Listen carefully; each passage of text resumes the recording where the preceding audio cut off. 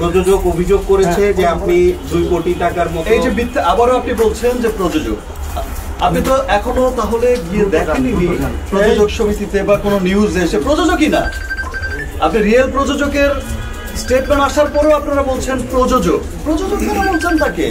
একটা প্রতারককে আপনারা কেন প্রযোজক বলছেন? বলেছে আপনার কাছে তথ্যের অভাব ছিল, সে কারণে মামলা নেয়নি, তথ্যের ঘাটতির কারণে। আগে তো মামলাটা নেবে, তারপর তো যাচাই বাছাই করবে, তারপর তো তথ্য উপাত্য তারা দেখবে, তারপর তো তারা বলবে যে ভাই তথ্যে ভুল আছে, তো এখানে আমরা তদন্ত করে দেখেছি। তারা তো তদন্তটাই করলেন না, তারা তো জিনিসটা আমলেই নিলেন না। সেই জন্য আমার কাছে মনে হয়েছে যে যদি প্রতারককে পালিয়ে যেতে তারা সহযোগিতা করছেন কিনা, আমার কাছে এটা আমি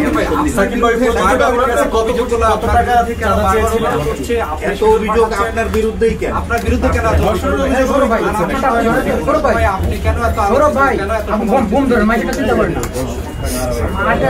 সেটা তো আবার অন্য ব্যাখ্যা হয়ে গেল। অভিযোগগুলো আসে আপনার বিরুদ্ধে, এত অভিযোগগুলো শাকিব খান কয়টা আছে যে তার বিরুদ্ধে অভিযোগ হবে? শাকিব খান তো একটাই আছে।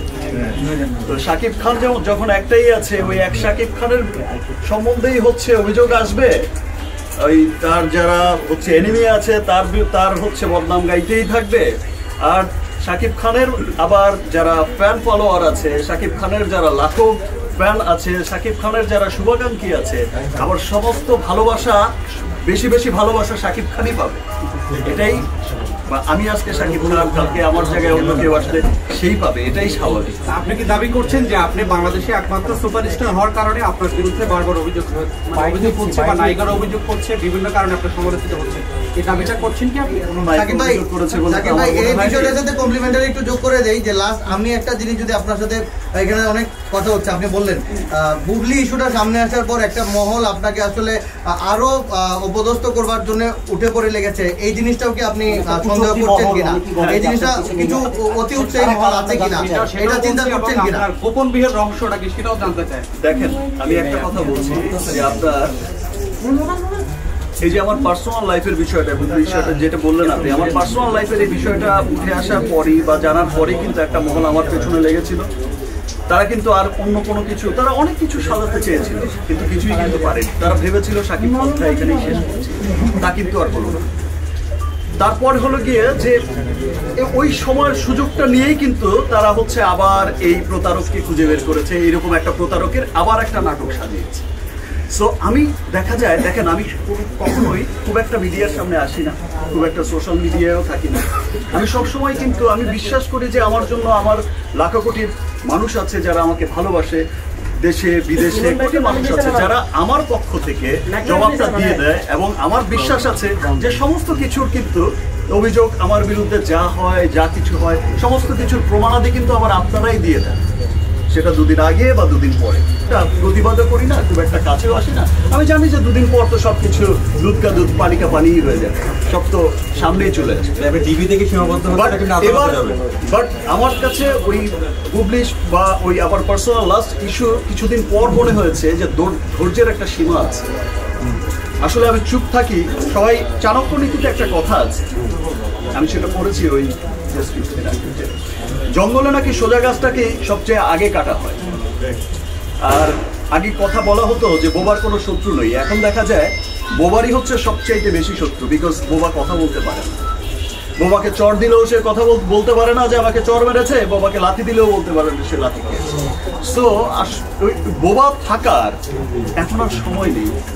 এখন আসলে যে যেমন কুকুর তেমনই মুকুর দেওয়া উচিত।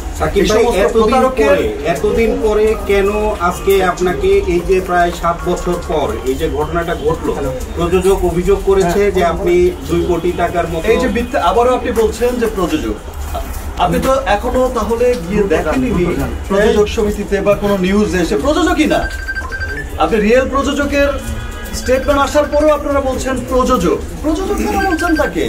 একটা প্রতারককে আপনারা কেন প্রযোজক বলছেন? তাহলে শিল্পী সমিতি থেকে শুরু করে সবগুলো সংগঠন কেন তার পদক হিসেবে আবেদনটি গ্রহণ করেছে? তারা খতিয়ে দেখেনি।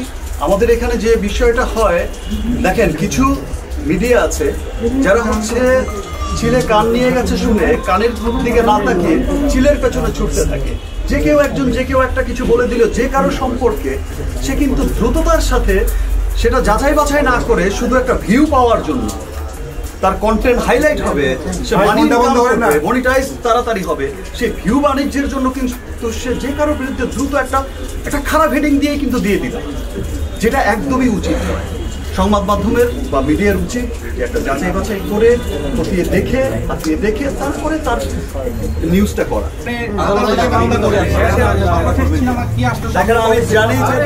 আমি জানি যে ডিবি হচ্ছে সবচেয়ে, আমরা সবাই জানি যে ডিবি সবচেয়ে দ্রুততম সময়ে অনেক মামলার, অনেক কঠিনতম মামলার কিন্তু সলভ করেছে। আমার ডিবির প্রতি পূর্ণ বিশ্বাস আছে যে আমার এই অভিযোগ তারা যেহেতু অনেক গভীরভাবে আমলে নিয়েছে, আমার এই অভিযোগের ক্রিমিনালের বিরুদ্ধে তারা দ্রুততার সাথে কিছু অ্যাকশন নেবে, আমার তাদের প্রতি বিশ্বাস। পরে আমার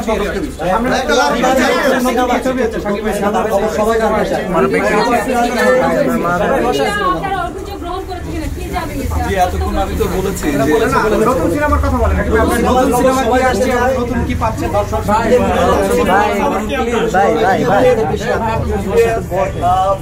যেহেতু দেখেন 2-1 দিনের মধ্যেই ঈদের যে সিনেমাটা আছে, ঈদের সিনেমাগুলোর ডিক্লারেশন আসবে 2-1 দিনের মধ্যেই। আমি এখন কিছু বলতে চাই না। তার মধ্যে একটা সিনেমা যেমন লিডার আমি বাংলাদেশ, এটা ফাইনাল হয়েছে মোটামুটি। আমি আপনাদের হয়তো আগেই বলে দিচ্ছি, এটা আমার বলা উচিত হবে না, ডিক্লারেশনটা তারাই দেবে, তারাই জানে। আরো একটা সিনেমা আছে, সেটা কোরবানিদের সিনেমার জন্য প্রিপারেশন নেওয়া হচ্ছে। আরো একটা সিনেমা শুটিং খুব দ্রুত শুরু হচ্ছে, আমরা শুনতে পেরেছি। আরো একটা সিনেমা, আপনি একটু বলেন। আরো একটা সিনেমার শুটিং খুব দ্রুত শুরু হচ্ছে এবং আমার আরো কিছু সিনেমার কিন্তু ফুল প্ল্যানিং হচ্ছে। অনেকে বলে কি আপনার শুটিং হচ্ছে না, এই জিনিসের প্রশ্নটা শিডিউল ফ্যাশনের অভিযোগ করছে, অভিযোগটা নিয়ে একটু বলছেন। ডিবি আপনি আসছিলেন এবং ডিবি কি বিষয়ে আপনার অভিযোগটা নিয়েছে এবং কি লাইভে আসছে বলেছেন? না বলেছেন, একটু লাইভে আমরা ঢুকলাম তো,